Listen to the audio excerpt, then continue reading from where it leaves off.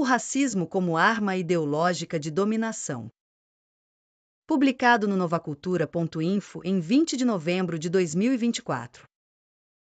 Sobre o racismo, um dos temas mais polêmicos, instigantes e inesgotáveis do mundo moderno, concentram-se opiniões contraditórias, que discutem, em vários níveis, as consequências de sua prática. A discussão sobre as diversas formas de sua atuação, significado e função vem sempre acompanhada de uma carga emocional, o que demonstra como a polêmica que se monta em torno de seu significado transcende em muitas questões acadêmicas, para atingir um significado mais abrangente, de ideologia de dominação. Somente admitindo-se o papel social, ideológico e político do racismo poderemos compreender sua força permanente e seu significado polimórfico e ambivalente. Apenas desta forma poderemos compreender por que se trata de um conceito tão polêmico e, também, porque em determinados contextos políticos e momentos históricos o racismo adquire tanta vitalidade e se desenvolve com tanta agressividade. Ele não é uma conclusão tirada dos dados da ciência, de acordo com pesquisas de laboratório que comprovem a superioridade de um grupo étnico sobre outro, mas uma ideologia deliberadamente montada para justificar a expansão dos grupos de nações dominadoras sobre aquelas áreas por eles dominadas ou a dominar.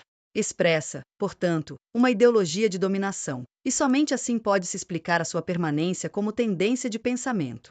Vê-lo como uma questão científica cuja última palavra seria dada pela ciência é plena ingenuidade, pois as conclusões da ciência condenam o racismo e nem por isso ele deixa de desempenhar um papel agressivo no contexto das relações locais, nacionais e internacionais. O racismo tem, portanto, em última instância, um conteúdo de dominação, não apenas étnico mas, também, ideológico e político. É por isso ingenuidade, segundo pensamos, combatê-lo apenas através do seu viés acadêmico e estritamente científico, uma vez que ele transcende as conclusões da ciência e funciona como mecanismo de sujeição e não de explicação antropológica. Pelo contrário, superpõe-se a essas conclusões com todo um arsenal ideológico justificatório de dominação. Lapouge, um dos teóricos, dizia: "Estou convencido de que no próximo século milhões de homens se matarão por 1 ou 2 graus do índice cefálico." Isto foi escrito em 1880. O que este teórico do racismo queria expressar eufemisticamente é que a humanidade travaria a maior guerra de sua história e que as diferenças raciais seriam um dos pretextos ideológicos de que os agressores lançariam mão para justificar a conquista de territórios colonizáveis. É uma constante o traço antropológico estar embutido na crista da ofensiva racista de dominação. Com isto não queremos dizer que toda antropologia é racista. Pelo contrário. Mas o que acontece é que a divulgação que se faz desta ciência, especialmente para a opinião pública leiga, é neste sentido. A expressão de Lapouge teve contestadores, mas o que se viu foi a florescência progressiva desta posição no final do século XIX e início do XX, a ponto de fazer com que milhões de pessoas dela compartilhassem. O racismo é um multiplicador ideológico que se nutre das ambições políticas e expansionistas das nações dominadoras e serve-lhe como arma de combate e de justificativa para os crimes cometidos em nome do direito biológico, psicológico e cultural de raças eleitas. Há também o racismo interno em várias nações, especialmente nas que fizeram parte do sistema colonial, através do qual suas classes dominantes mantêm o sistema de exploração das camadas trabalhadoras negras e mestiças. Com a montagem do antigo sistema colonial e a expansão das metrópoles colonizadoras, esse racismo se desenvolveu como arma justificadora da invasão e domínio das áreas consideradas bárbaras, inferiores, selvagens, que por isso mesmo seriam beneficiadas com a ocupação de seus territórios e a destruição de suas populações pelas nações civilizadas. O racismo larval que encontramos em todos os povos antes da aventura colonialista passa a revestir-se de uma roupagem científica e ser manipulado como se ciência fosse. No particular, podemos dizer que o racismo moderno nasceu com o capitalismo. Referimos-nos ao racismo como entendemos modernamente, o qual procura justificar a dominação de um povo, nação ou classe sobre outra invocando argumentos científicos. Antes do aparecimento do capitalismo, as tentativas que foram feitas para justificar a dominação europeia sobre os indígenas eram fundadas em crenças sobrenaturais. Como os europeus eram cristãos, ao contrário dos povos submetidos, nada mais lógico e natural de que o Deus Todo-Poderoso dos cristãos recompensasse os seus adeptos. Os donos de escravos negros podiam inclusive justificar a escravidão em uma passagem do Velho Testamento, no qual se lê que os filhos de Cã foram condenados a ser lenhadores e aguadeiros. Obviamente, essas razões sobrenaturais logo começaram a perder seu valor e em seguida os brancos imaginaram outras justificativas mais de acordo com a natureza. A doutrina da seleção natural e da sobrevivência do mais apto foi um argumento que veio a calhar. A rapidez com que este conceito puramente biológico chegou a dominar em todos os campos e atividades do pensamento europeu nos dá a ideia da necessidade urgente que se precisava para justificar a dominação. Nessa teoria universalmente aceita, a dominação europeia encontrou a forma de justificar-se que estava procurando. Já que os brancos haviam conseguido mais êxito que as outras raças, tinham de ser, per si, superiores a elas. O fato de que esta dominação tinha data muito recente foi justificado alegando-se que o europeu médio não tinha perspectiva mundial, assim como os outros argumentos que procuravam demonstrar que as raças restantes ocupavam na realidade uma posição inferior na escala da evolução física. 1. É exatamente nesta confluência do capitalismo com as doutrinas biológicas da luta pela vida e a sobrevivência do mais apto que o racismo se apresenta como corrente científica. Surge então a ideia de raça como chave da história. Ela aparece exatamente na Inglaterra com Robert Knox, Races of Men, 1850, e na França com Arthur de Gobineau, Essai sur l'inégalité des races humaines. Para Alan Davis. Do primeiro surgiu o mito do gênio racial saxão, mais tarde anglo-saxão, e do último surgiu o mito do gênio racial ariano, mas ambos os mitos eram variantes do tema geral da superioridade branca europeia sobre os não-brancos. Sua gênese foi política. Knox procurava provar que o homem saxão era democrata por natureza e por isto futuro dominador da terra. Gobineau, por outro lado, não gostava da democracia e procurou provar que o seu surgimento era um sinal certo de decadência e da morte iminente da civilização. Em ambos os casos, as raças não brancas eram relegadas a uma posição inferior como símbolos dos elementos primitivos e não criativos na natureza humana. 2. Deduz-se, portanto, sem muito esforço, que o racismo pode ser considerado, da forma como entendemos atualmente, um dos galhos ideológicos do capitalismo. Não foi por acaso que ele nasceu na Inglaterra e na França, e depois desenvolveu-se tão dinamicamente na Alemanha. O racismo é atualmente uma ideologia de dominação do imperialismo em escala planetária e de dominação de classes em cada país particular. Desta forma explica-se o sistema colonial e o pilar de seu êxito. De um lado, exterminar as populações autóctones das áreas ocupadas, e de outro, justificar o tráfico negreiro com a África, um dos fatores mais importantes da acumulação capitalista nos países europeus. As populações autóctones não tinham direito aos territórios onde viviam por serem primitivas, e as africanas, que já sofriam a maldição bíblica de Cã, juntava-se agora seu atraso biológico, sua semelhança e proximidade com os mais primitivos espécimes da raça humana, quer dizer, eram antropóides que se desviaram de sua árvore genealógica. Com isto, o chamado processo civilizatório tinha o respaldo da ciência. A Afro-América, que compreendia, no século XVIII, o Caribe, Antilhas, Guianas e grande parte da América Espanhola continental, costa do Peru, partes do que são hoje a Venezuela e a Colômbia, já estavam inteiramente dominadas, e a justificativa para sua dominação era a mesma: a incapacidade inata, biológica, que os nativos tinham para se civilizarem. Toda essa população, nativa ou compulsoriamente trazida da África, fazia parte de uma massa sem história, sem máscara, sem cultura, sem moral e sem perspectiva civilizatória. Já no início do século XIX, os teóricos racistas substituíram as explicações um pouco vagas por explicações científicas. Como já foi dito, enquanto as demais áreas da Ásia, África e Oceania eram ocupadas com o mesmo pretexto.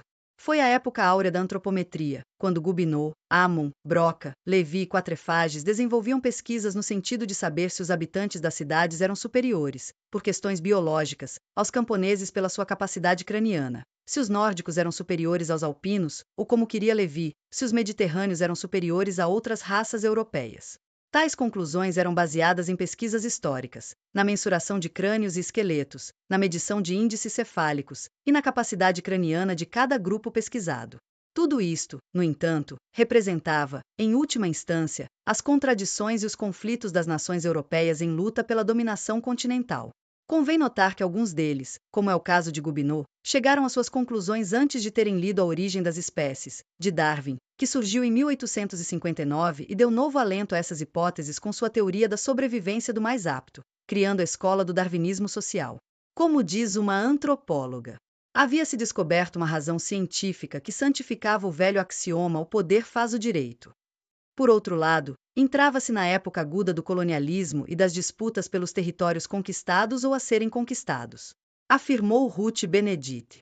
O racismo converteu-se em grito de guerra durante este período nacionalista. A pátria, que necessitava de uma palavra de ordem aglutinadora, se outorgou um pedigree e um vínculo que levava a que qualquer homem podia compreender e sentir-se orgulhoso dele. O racismo foi, a partir daí, uma babel de vozes diferentes. Os franceses, os alemães, os eslavos, os anglo-saxões, todos produziram literatos e políticos consagrados a demonstrar que, desde o princípio da história europeia, os triunfos da civilização devem-se exclusivamente à sua raça. 3. Como se vê, essa antropossociologia era reflexo e rescaldo de uma competição sociopolítica entre as nações da Europa. Era, por isso mesmo, uma ciência eurocêntrica.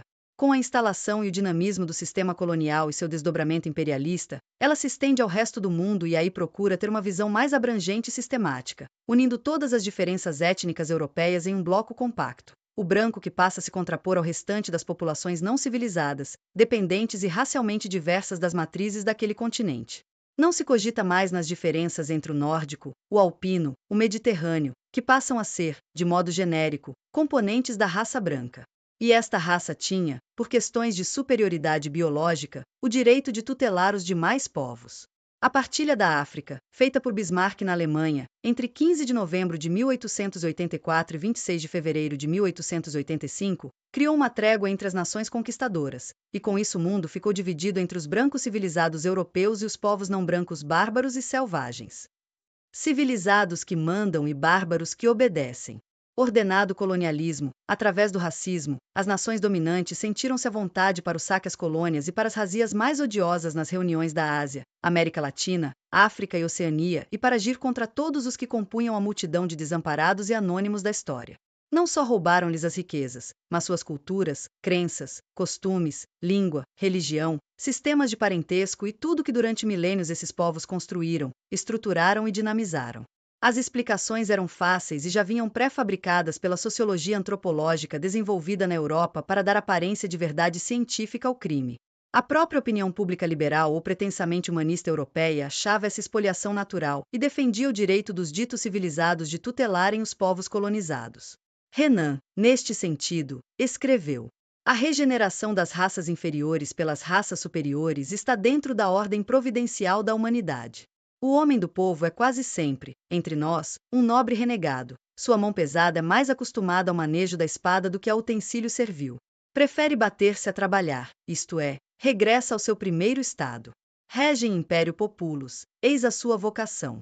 Derramai esta devorante atividade sobre os países que, como a China, concitam a conquista estrangeira.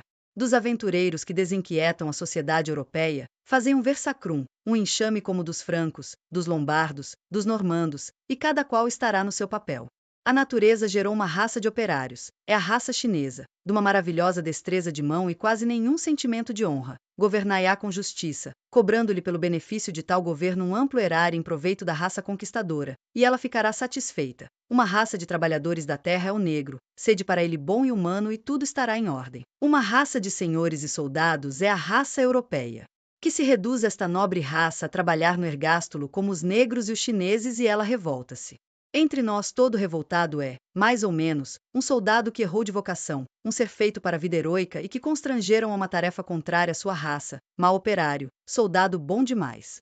Ora, a vida que revolta os nossos trabalhadores faria a felicidade de um chinês, de um felarra, seres de maneira alguma militares.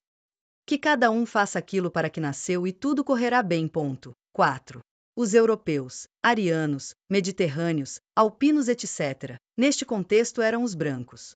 A grande massa de povos colonizados era população indistinta, e o denominador que as igualava era a vocação de servir, trabalhar para os brancos, que tinham o dom divino e biológico de governá-la.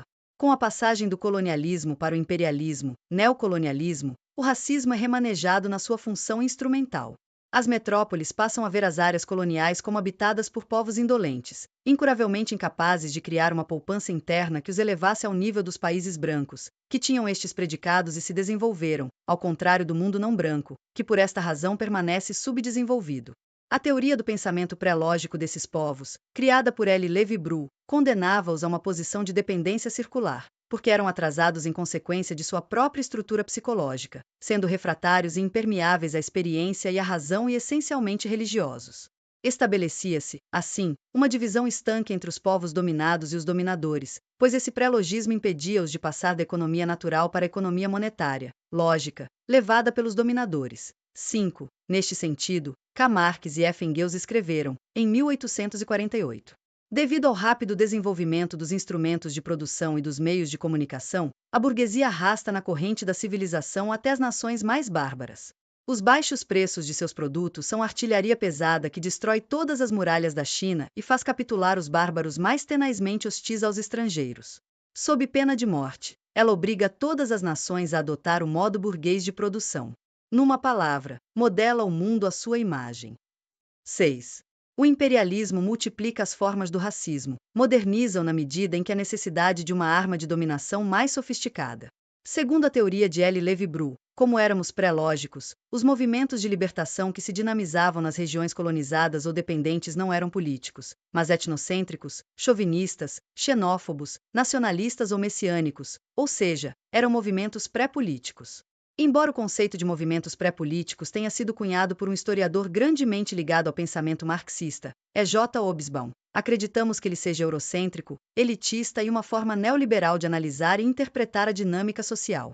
Se o aceitarmos, seriam excluídos como políticos todos os movimentos do chamado Terceiro Mundo, a luta de Zapata e Pancho Villa, no México, a de Sandino, na Nicarágua, o movimento camponês de Pugachov, na Rússia, todos os movimentos de libertação da África, como o quingambista, incluindo os Mau Mau e o de Lumumba. Tudo seria englobado sob o rótulo de milenarismo, salvacionismo ou messianismo, e seria descartada sua essência política. Os povos inferiores não tinham condições de entrar no sentido universal da história, eram ahistóricos. Com isto, justificava-se a repressão contra eles e os seus líderes. Fora dos padrões normativos dos valores políticos europeus, civilizados e normais, não existiam movimentos que pudessem ser enquadrados como aceitos pelas nações dominadoras, como continuadores do sentido da civilização.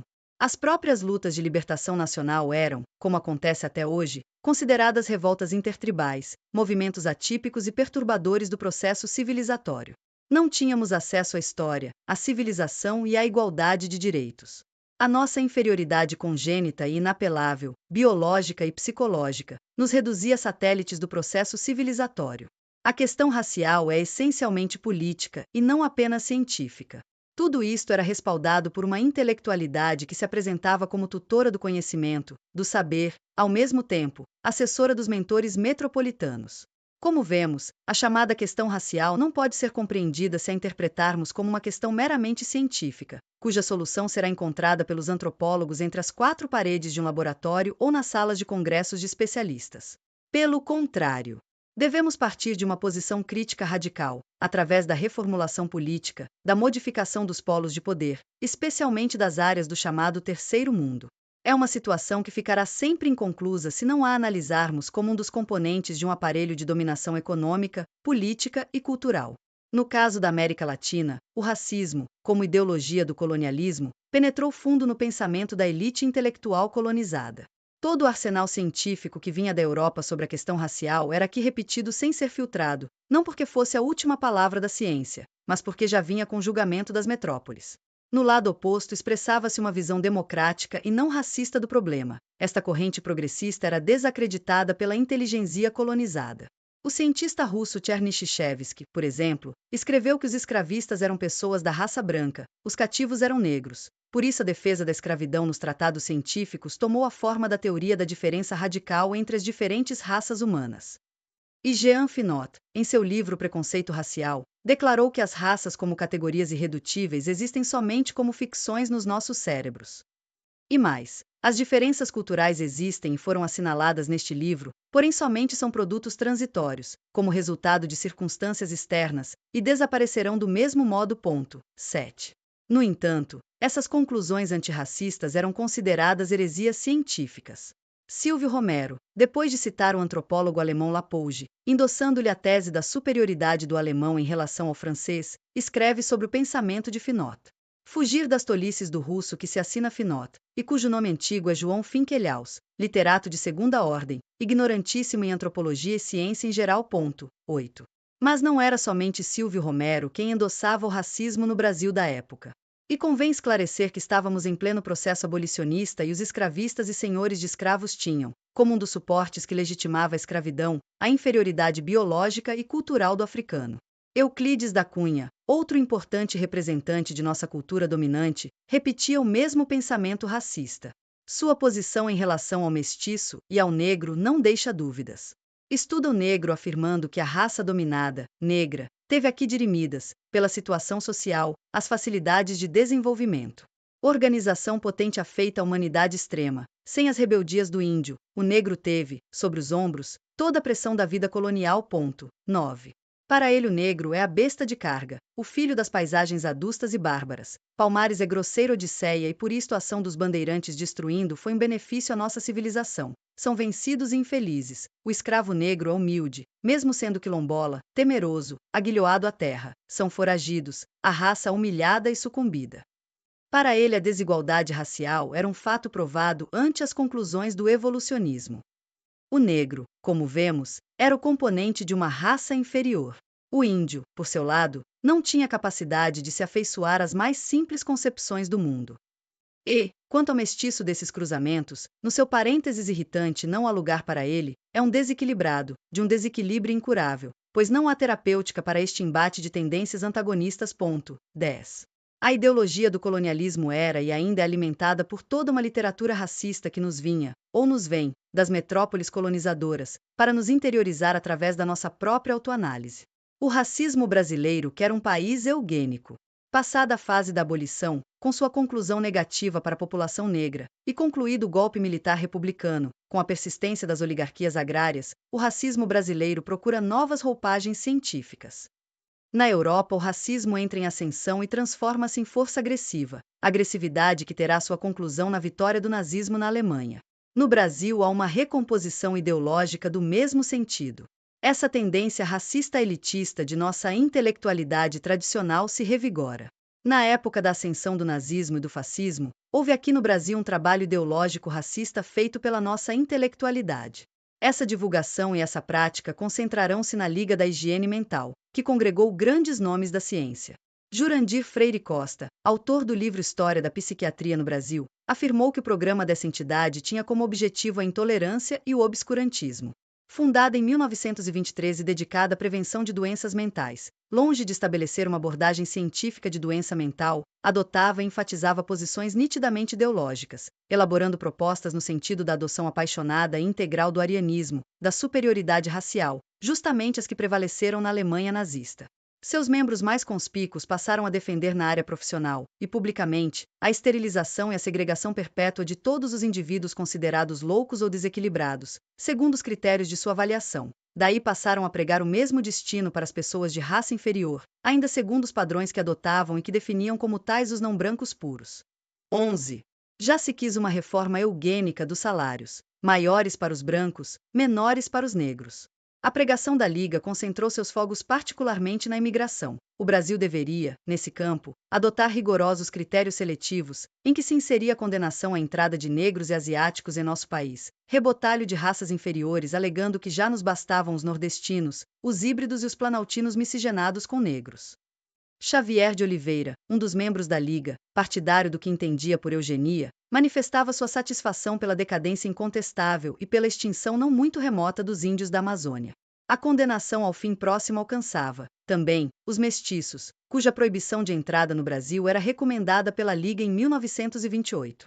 Outra de suas reivindicações, a reforma eugênica dos salários, privilegiando os brancos. Reivindicava também concessão de benefícios econômicos e financeiros às famílias que procriassem indivíduos superiores. A mais audaciosa foi a criação de tribunais de eugênia, que decidiriam sobre a esterilização e confinamento de membros das raças inferiores. Em 1934, a revista Arquivos Brasileiros de Higiene Mental, editada pela Liga, publicava a Lei Alemã de Esterilização dos Doentes Transmissores de Taras, com entusiástica introdução ao seu texto. O mundo culto, dizia a publicação, tomava conhecimento da nova e grande lei alemã de esterilização dos degenerados. A citada lei, de 14 de julho de 1933, era assinada por Hitler, além de Frick e Gürtel, ministros do Interior e da Justiça, respectivamente. Outro artigo esclarecedor dos arquivos foi aquele no qual seu autor procurava demonstrar que a Inquisição operara a partir de uma filosofia eugênica, pois as suas torturas e sacrifícios tiveram uma consequência benéfica para a raça. Em 1934, conta ainda Jurandir Freire Costa, a Liga associava-se à polícia em ações sempre caracterizadas pela truculência. A polícia fornecia, confidencialmente, nomes e endereços de alcoólatras, que eram, então, procurados pelos psiquiatras da Liga e internados em hospitais e centros ditos de saúde mental. Ali eram submetidos a tratamentos de acordo com os métodos da Liga, que funcionou, ostensivamente, durante 3 décadas.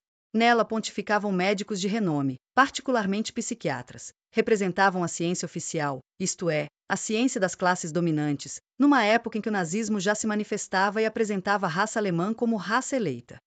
Entre esses nomes famosos, figuravam Renato Quelil, presidente da Sociedade de Eugênia em 1929, Alberto Farani, presidente da Seção de Estudos de Cirurgia e Sistema Nervoso da Liga de Higiene Mental e chefe do Serviço dos Ambulatórios de Prolaxia Mental do Hospital Rivadavia Correia, Xavier de Oliveira, docente de Clínica Psiquiátrica da Faculdade Nacional de Medicina da Universidade do Rio de Janeiro e médico do Hospital Nacional de Psicopatas. A época da Liga de Higiene Mental, a década de 20 e a primeira metade da década de 30, surgiram e se ampliaram consideravelmente em nosso país. No campo quase virgem das ciências sociais, as teses de Oliveira Viana, com uma obra toda ela de cunho racista, elitista e neocolonialista.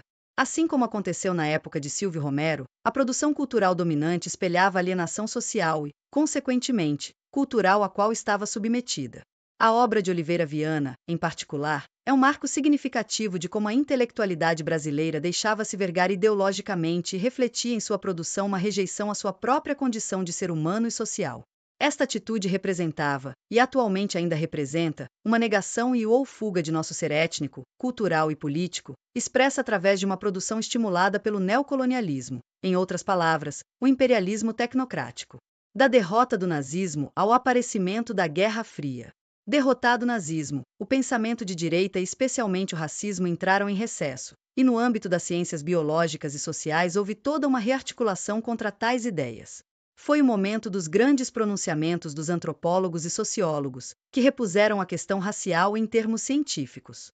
Em 1950 divulgou-se uma declaração redigida na Casa da Unesco por 8 dos maiores nomes da antropologia e da sociologia mundiais, entre eles, Juan Comas, do México, Lévi-Strauss, da França, Maurice Ginsberg, da Inglaterra, Amon Tagu, relator, dos Estados Unidos, e L.A. Costa Pinto, do Brasil.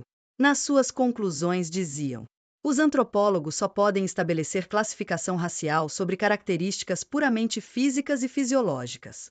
No estado atual dos nossos conhecimentos, não foi ainda provada a validade da tese segundo a qual os grupos humanos diferem uns dos outros pelos traços psicologicamente inatos, quer se trate da inteligência ou do temperamento. As pesquisas científicas revelam que o nível de aptidões mentais é quase o mesmo em todos os grupos étnicos.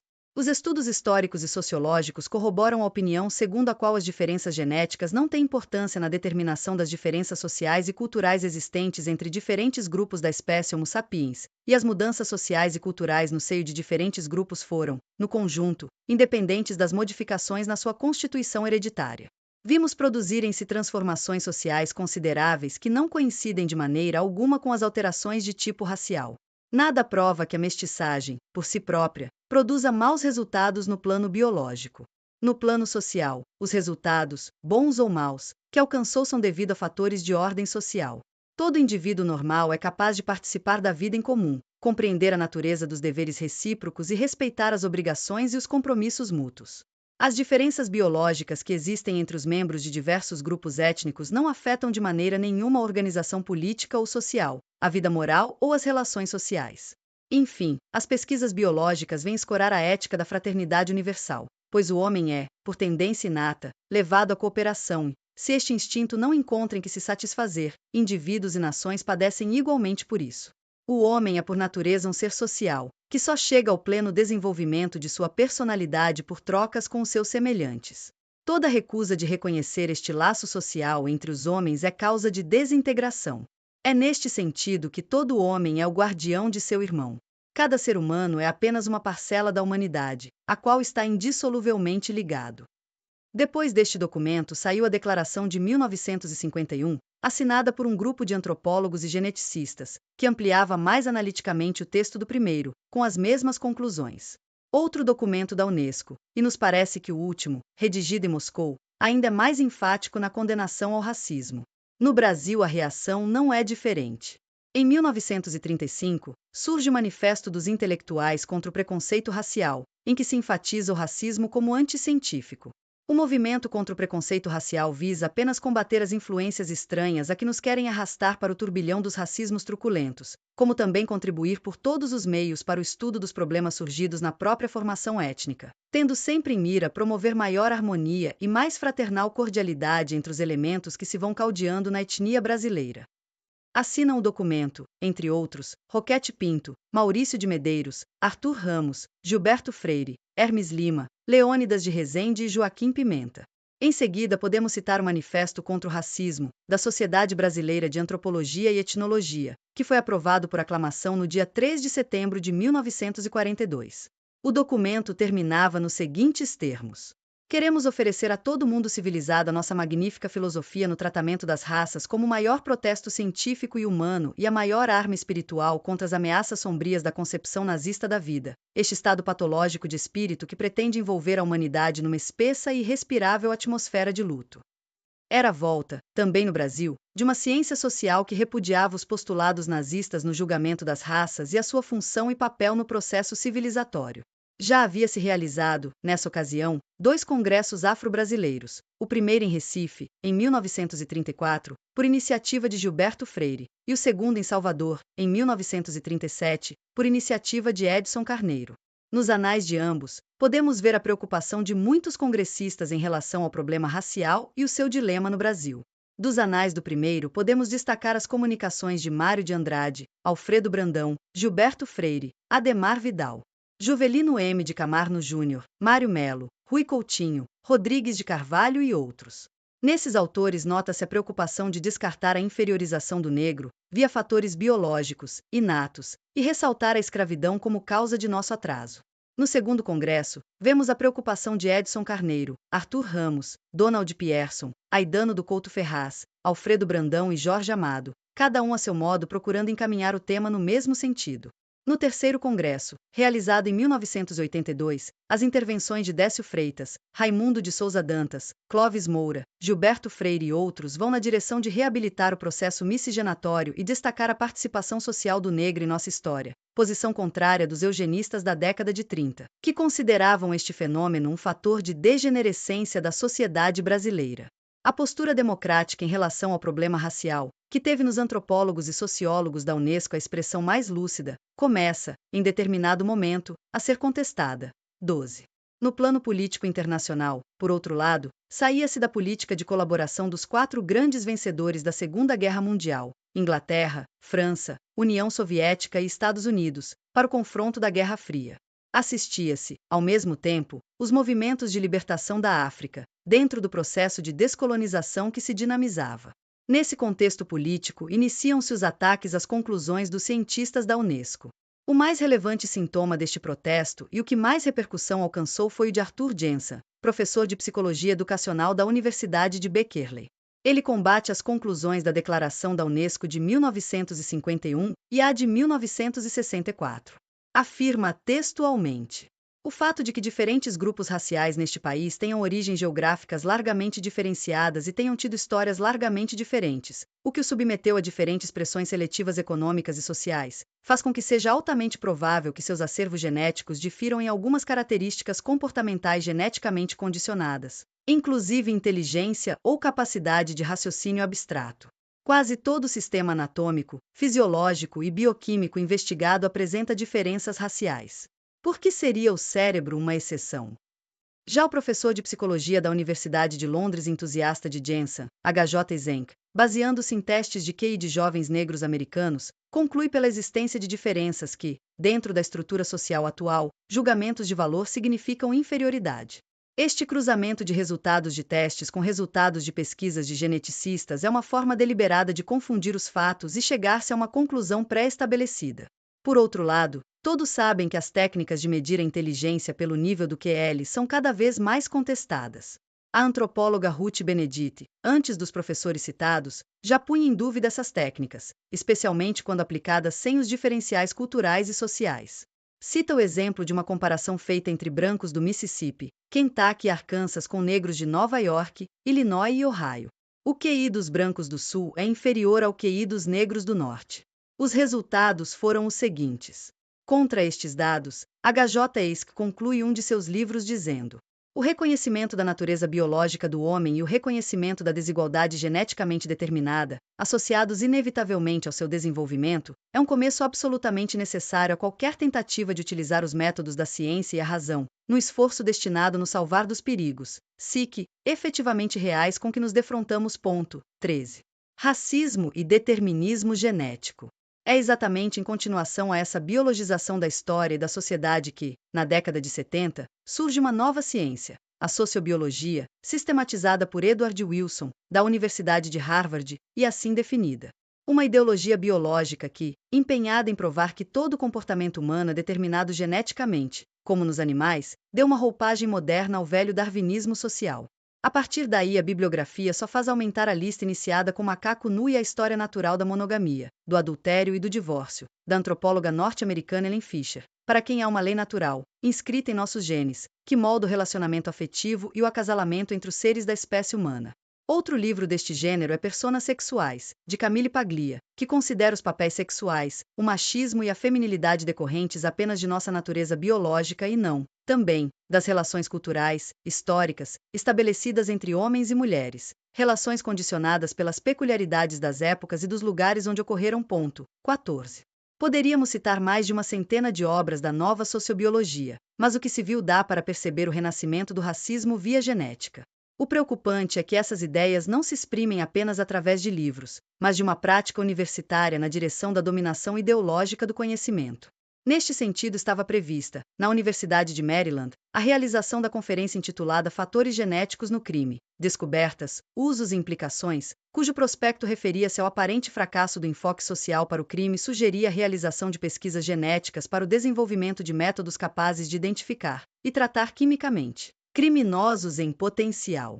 A Academia Nacional de Ciência dos Estados Unidos, por sua vez, publicou em novembro de 1992 o relatório Compreender e Prevenir a Violência, sugerindo a realização de mais pesquisas desse tipo e na mesma direção, com investigações sobre marcadores bioquímicos e tratamento com drogas para comportamentos violentos e antissociais, embora admitindo a escassez de evidências substantivas para uma propensão ao crime de per si.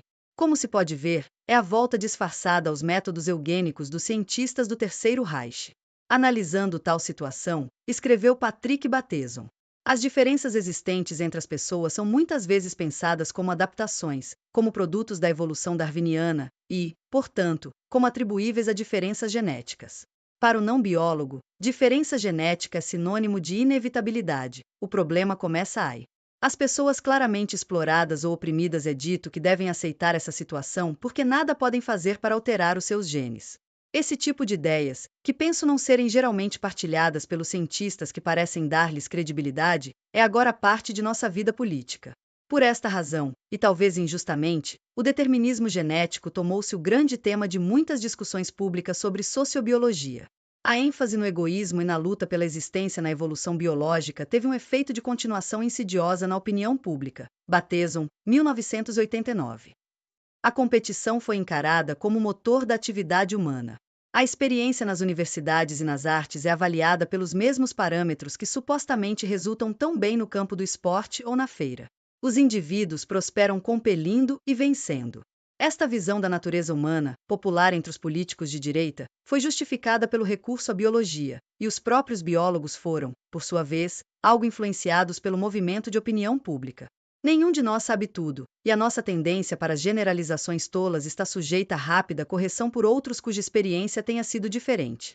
Tal como as coisas estão, o apelo à biologia feito pela nova direita não se dirige tanto ao corpo coerente de ideias científicas como a um mito confuso. Pensa-se na biologia como tratando da competição, e isso significa luta.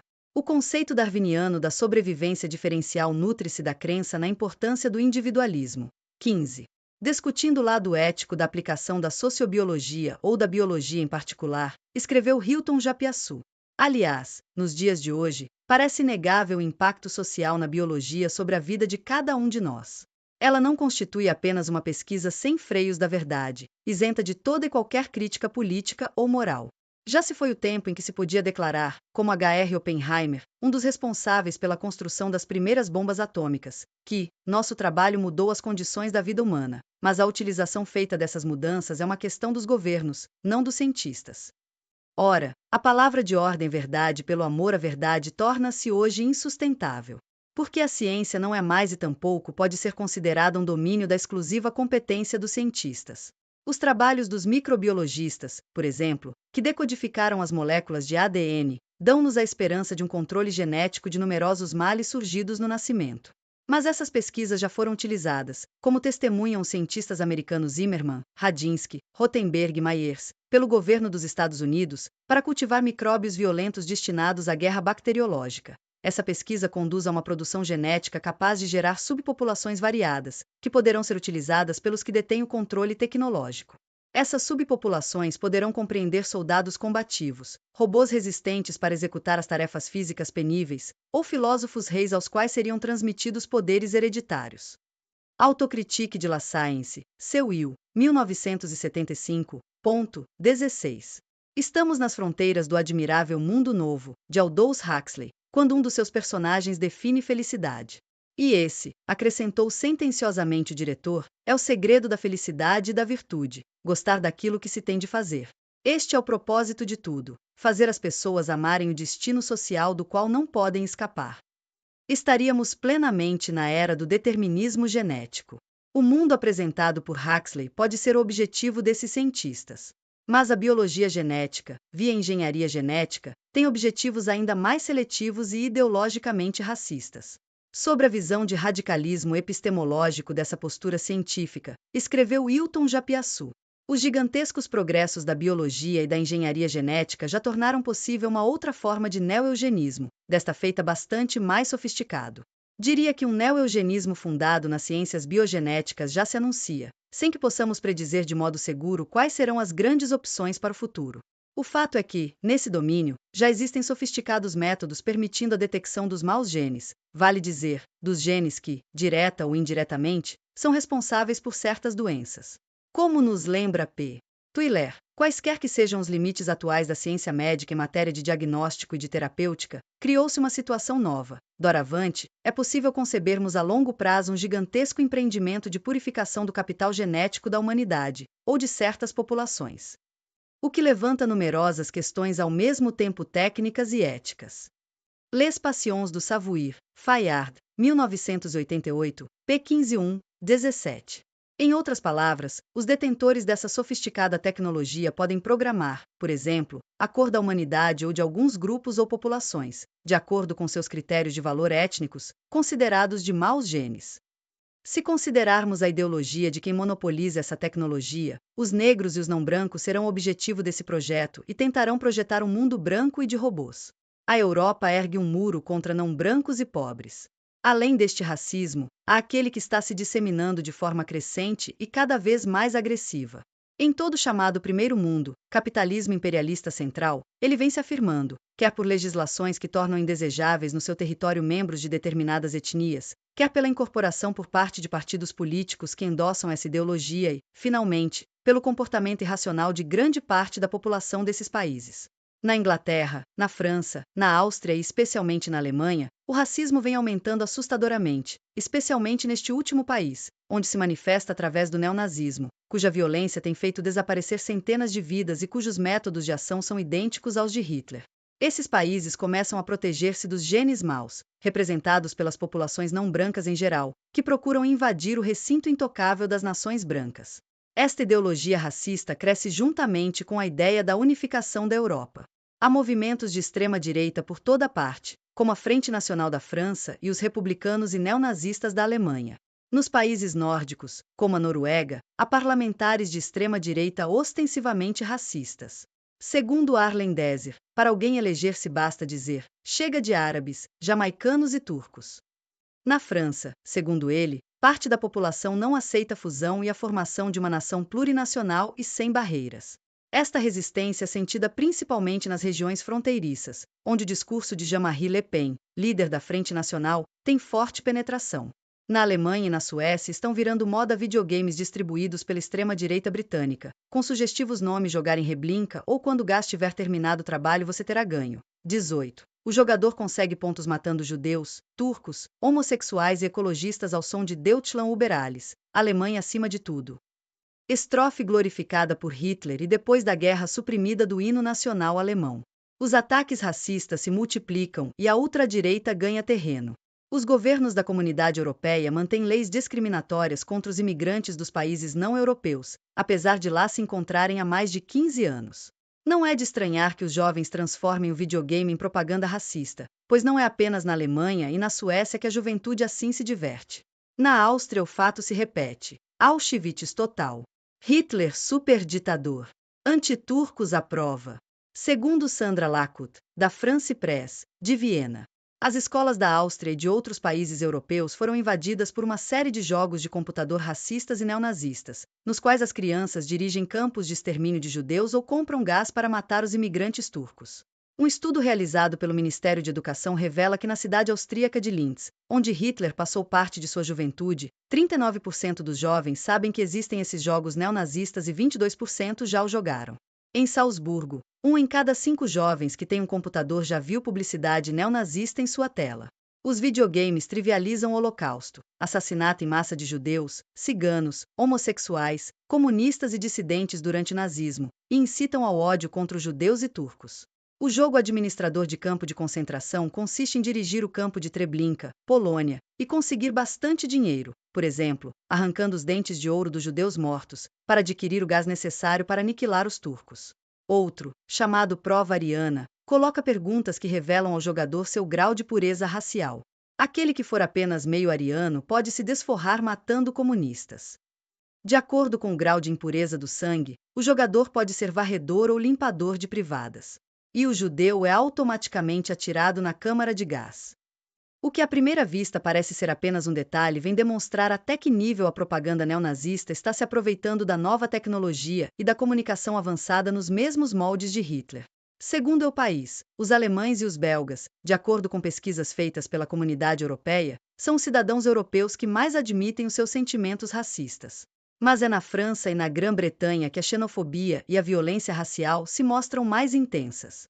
Nos últimos 4 anos, a pesquisa vai até 1990, houve 20 assassinatos motivados por racismo na França. As vítimas eram norte-africanos de nacionalidade ou de origem. 6 jovens cabeças raspadas, skinheads, mataram a pontapés um tunisiano pai de 4 filhos. O policial que os deteve contou que aquilo que mais o chocou foi o fato de eles terem a sensação de nada terem praticado de condenável. Outros 3 jovens mataram a tiros um jovem arqui, francês de origem argelina, para se divertir. Cerca de 76% das pessoas entrevistadas depois do assassinato dos 3 norte-africanos declararam: o comportamento deles pode justificar as reações racistas. Em 1989 ocorreram, em Londres, em média 6 incidentes racistas por dia. O Instituto de Estudos da Polícia estimou em 7.000 os casos conhecidos de racismo no país, mas sugeriu que a cifra poderia ser 10 vezes superior. Isto porque as vítimas temiam denunciar as agressões por falta de confiança na polícia. Uma mãe asiática suportou que seus filhos fossem esfaqueados e apedrejados. Pensei que fosse um comportamento normal em relação aos estrangeiros. E não procurou ajuda. Na Itália, os ataques a estrangeiros estão adquirindo uma sequência e um furor inesperados, acalentados por uma crescente onda de imigrantes clandestinos. Na Espanha, a fúria contra marroquinos, portugueses e africanos é uma reação social em alta, mas a discriminação elege como presa também uma minoria espanhola, os ciganos. Estes últimos são hoje na Espanha cerca de 500 mil de pessoas. Como no caso dos negros nos Estados Unidos, sua dança e sua música são muito apreciadas. Longe de melhorar, as coisas pioraram, assinala o volumoso estudo de 8 capítulos elaborado e aprovado pela Comissão de Investigação do Racismo e Xenofobia criado pelo Parlamento Europeu, presidido pelo eurodeputado GLYN Ford. Nem a Comunidade Europeia, nem os governos dos seus Estados-membros tomaram medidas para corrigir a situação alarmante, já denunciada em 1986. O mito da Europa como terra de asilo caiu por terra. A Alemanha é o país onde os sentimentos racistas são mais claramente expressos. em 1989, e daí para cá este sentimento aumentou. Cerca de 75% dos alemães ocidentais achavam que havia estrangeiros demais no país e 93% eram favoráveis a reduzir o número de trabalhadores imigrantes. Cerca de 60% da população da ex-Alemanha Ocidental admitem ter sentimentos antissemitas.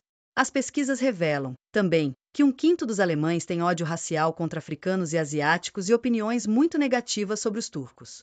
O racismo como ideologia neocolonial.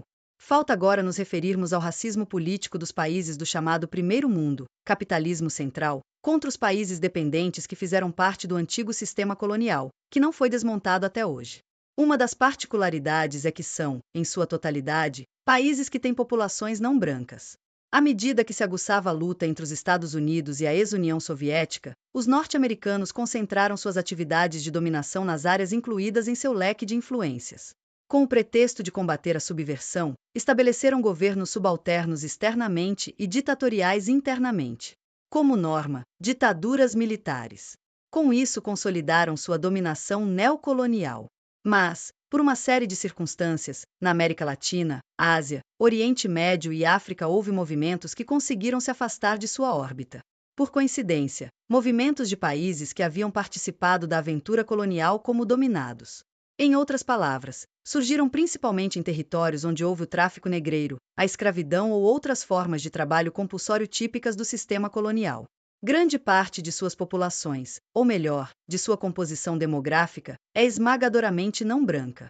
Com a crise estrutural do sistema capitalista, na fase de imperialismo tecnocrático, houve a necessidade de uma reciclagem no processo e nas táticas de dominação. De um lado, para consolidar o seu domínio econômico, e de outro, como manifestação de racismo. A primeira manifestação mais aguda deste comportamento foi a operação que os Estados Unidos organizaram contra a Líbia em 1981. Foi preparada uma operação de terrorismo de listado para assassinar seu líder. Depois de várias operações de agressão militar, nas quais foram abatidos 2 aviões líbios, em território líbio, constatou-se que um dos filhos de Gaddafi havia sido assassinado. Isto, porém, não sensibilizou a opinião pública mundial. A mídia criou para consumo internacional a imagem de que Gaddafi era o líder do terrorismo internacional, o que os fatos desmentiram. Depois veio a invasão da ilha de Granada. A pretexto de obedecer aos apelos de uma entidade fantasma, os norte-americanos ocuparam a ilha, assassinaram seu presidente e centenas de seus habitantes. A opinião internacional não se mobilizou nem denunciou o crime, possivelmente por se tratar de um país de negros. Registramos também a invasão do Panamá, com o pretexto de combater o narcotráfico. Em 1989, a 82ª Divisão Aerotransportadora dos Estados Unidos invadiu seu território, prendeu o presidente Noriega, sequestrou-o e levou-o para ser condenado pelos tribunais norte-americanos.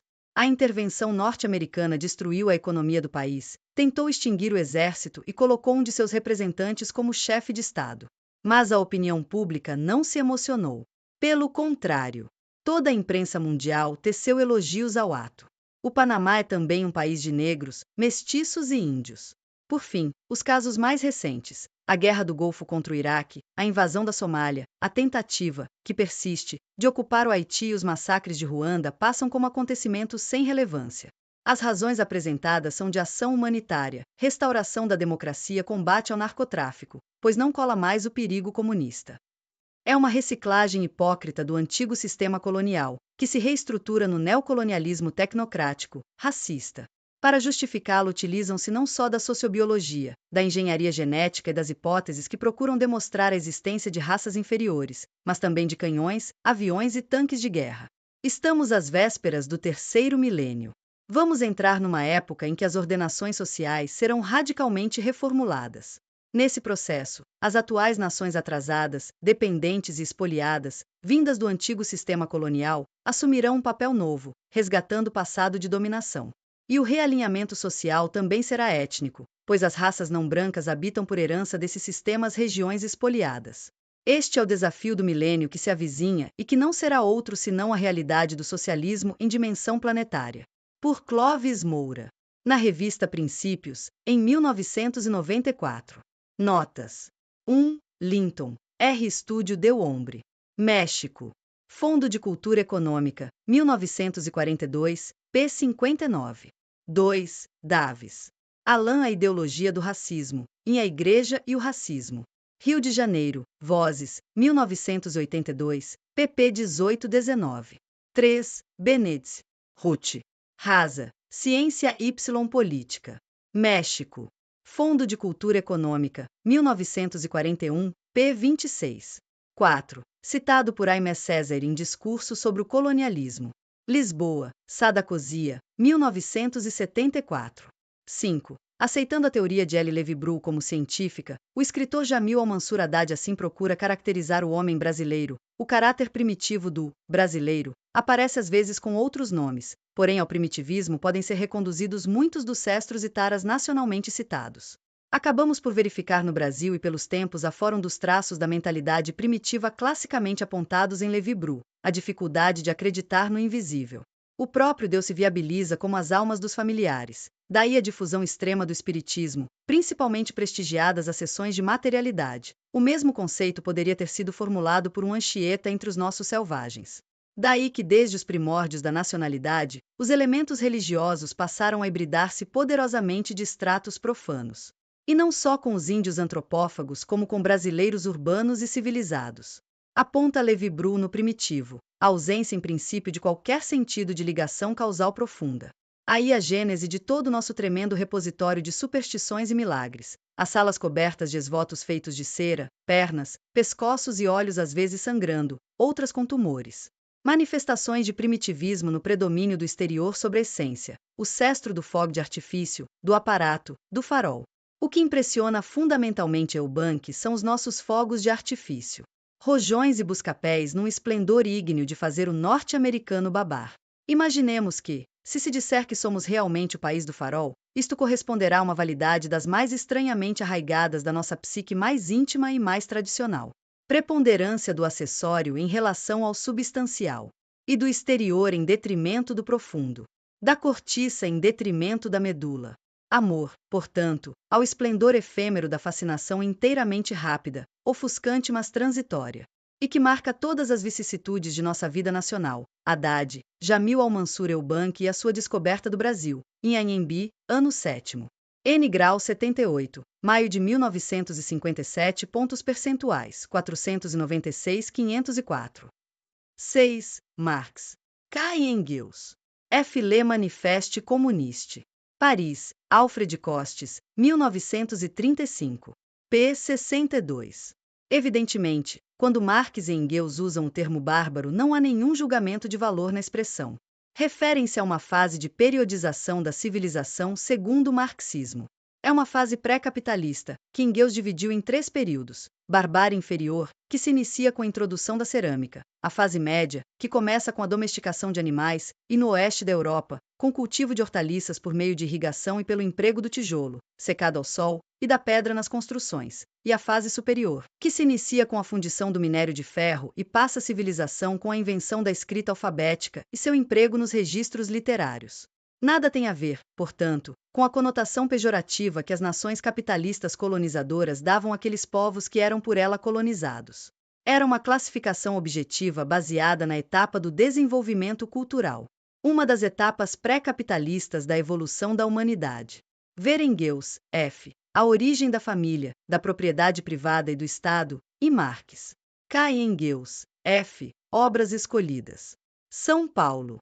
Alfa Ômega. S.D. e Terry. Emanuel, o marxismo diante das sociedades primitivas. Rio de Janeiro. Graal. 1979. 7. Sobre a obra de Finot ver Benedict. R. Obra Cit. 8. Romero. Silvio. História da Literatura Brasileira. Rio de Janeiro. José Olímpio, 1943. Volume 5. p. 671. 9. Cunha. Euclides da. Os Sertões. Rio de Janeiro. Francisco Alves. 1933. Passim. 10. Cunha. Euclides da. CPCit.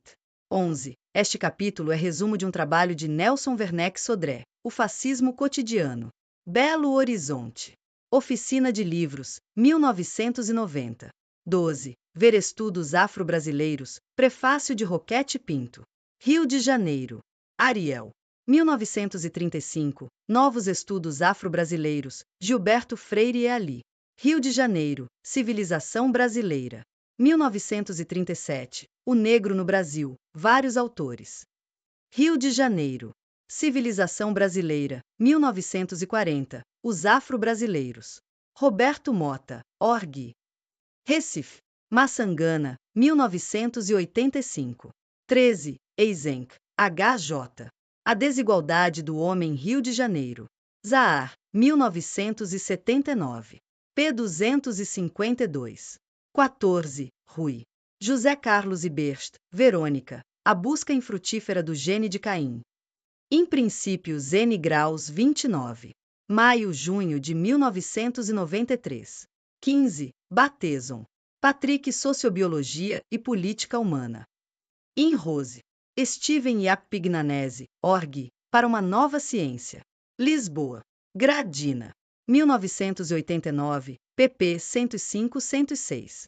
112, 113. 16, Japiaçu Hilton. A origem pseudocientífica do racismo, em As Paixões da Ciência. São Paulo. Letras e Letras, 1991. P. 255. 17, Japiaçu e Lyon. Opsit P. 257. 18, Lacut. Sandra. Videogames racistas e neonazistas viram mania em escolas da Áustria. FSP, 17 de agosto de 91. Obrigado por assistir. Não se esqueça de dar like, se inscrever no canal e compartilhar com quem você puder. Visite o novacultura.info para participar de nossos grupos de estudo e do nosso grupo do livro. Links na descrição.